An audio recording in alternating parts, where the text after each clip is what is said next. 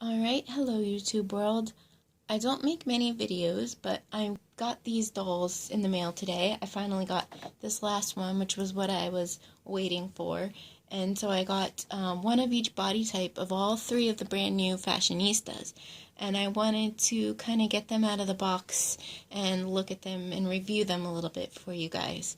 Now, I know there have been other people that have done this already, and I'm sure there'll be a ton more people, but I'm kind of interested in them from, a fashion maker's kind of point of view. I want to see what their body types look like, whether they, actually vary any different from this old Barbie here that I have. She's one of the very old fashionistas.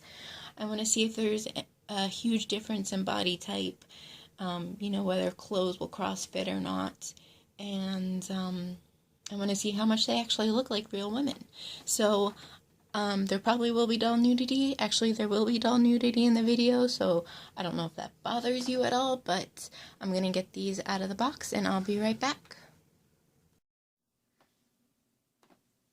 Okay, they are all out of the box, and they have a little bit of tricks going on, so the differences are kind of like masked a little bit.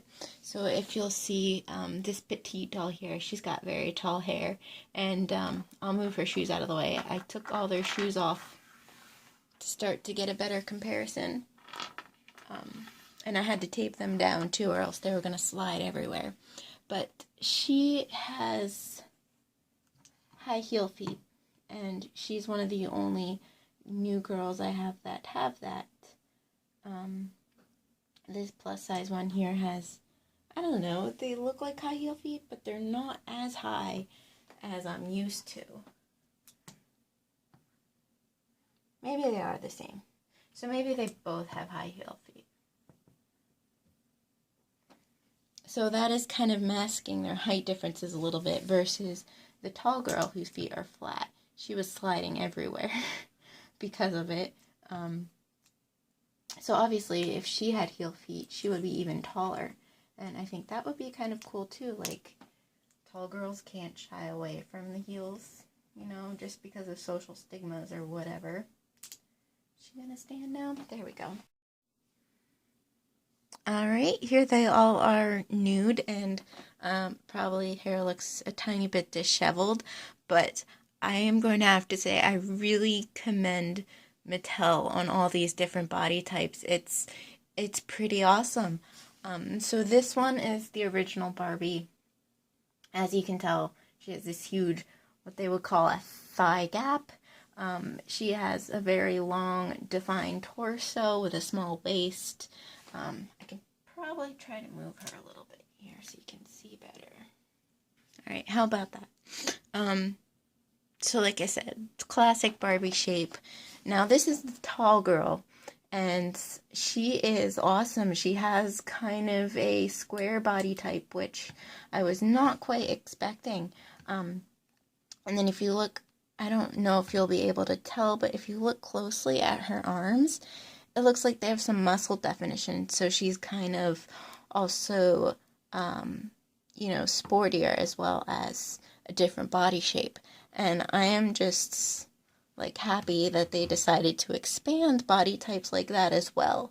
I mean, obviously you have a curvy girl, but girls come in all shapes and sizes. It would be nice if they did this body type with different heights as well. The same goes for this curvy girl over here too. I would like to see her come in more size or heights, because obviously curvy girls also come in all kinds of shapes and sizes.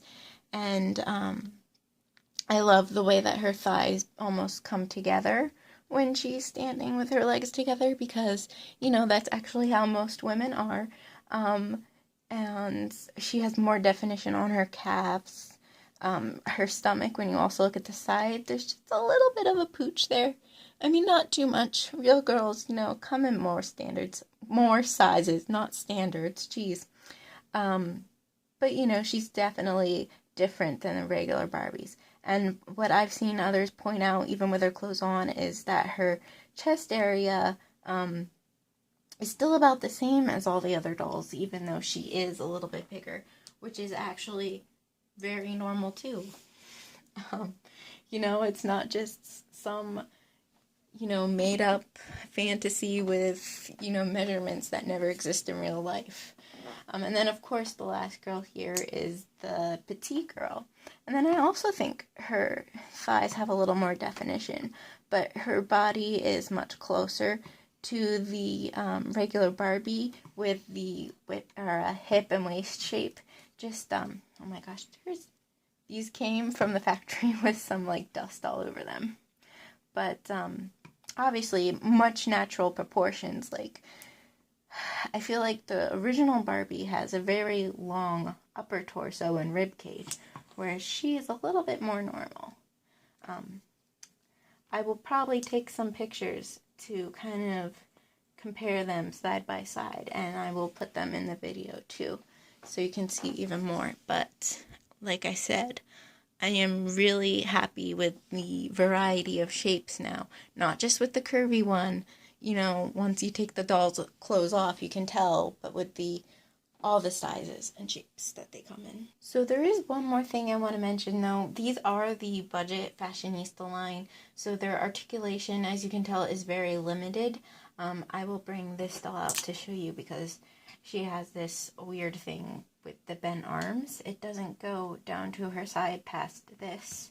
I'll try to like come back so you can get a full view, but her arms do move out. They move up and down. Again, this one moves at a little bit of a weird angle, but this one is normal.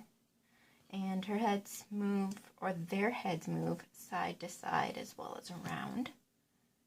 I am totally messing up her hair, but if you notice, they don't, yeah, they can move sideways.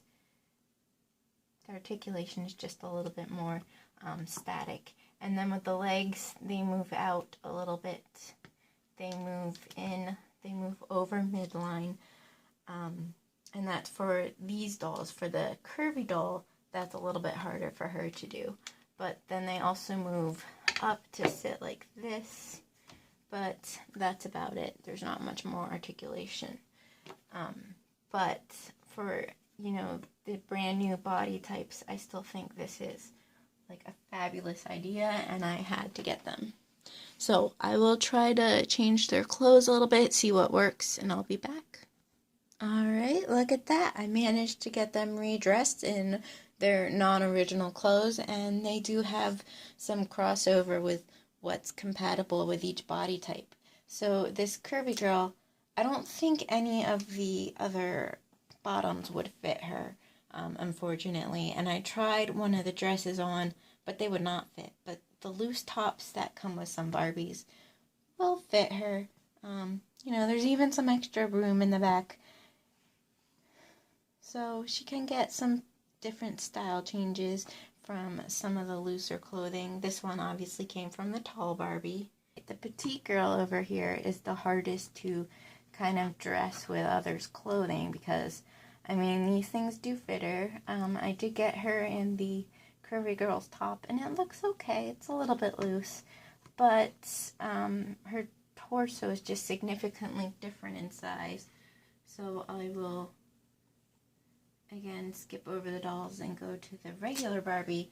I put her in the petite girl's dress, and it worked, but there's a little bit, it's a little bit tight in the back, and it's a little bit shorter, but it still does look not too bad. But I feel like her fashions will be the most limited. And then lastly, this tall girl over here, she still does fit in the stretchy Barbie clothes that are for regular Barbies. Obviously, I didn't try in the petite thing, but it would probably be just a little too short.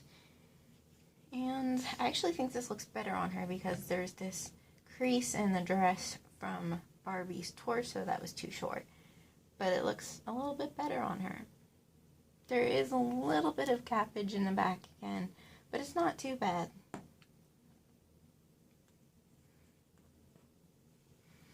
Alright, so as time goes on, I really hope that they will make more of these dolls with more articulation.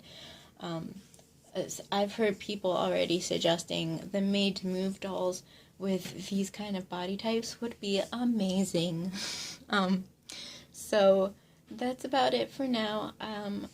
If I haven't attached the pictures already, I probably will now. Thank you for watching.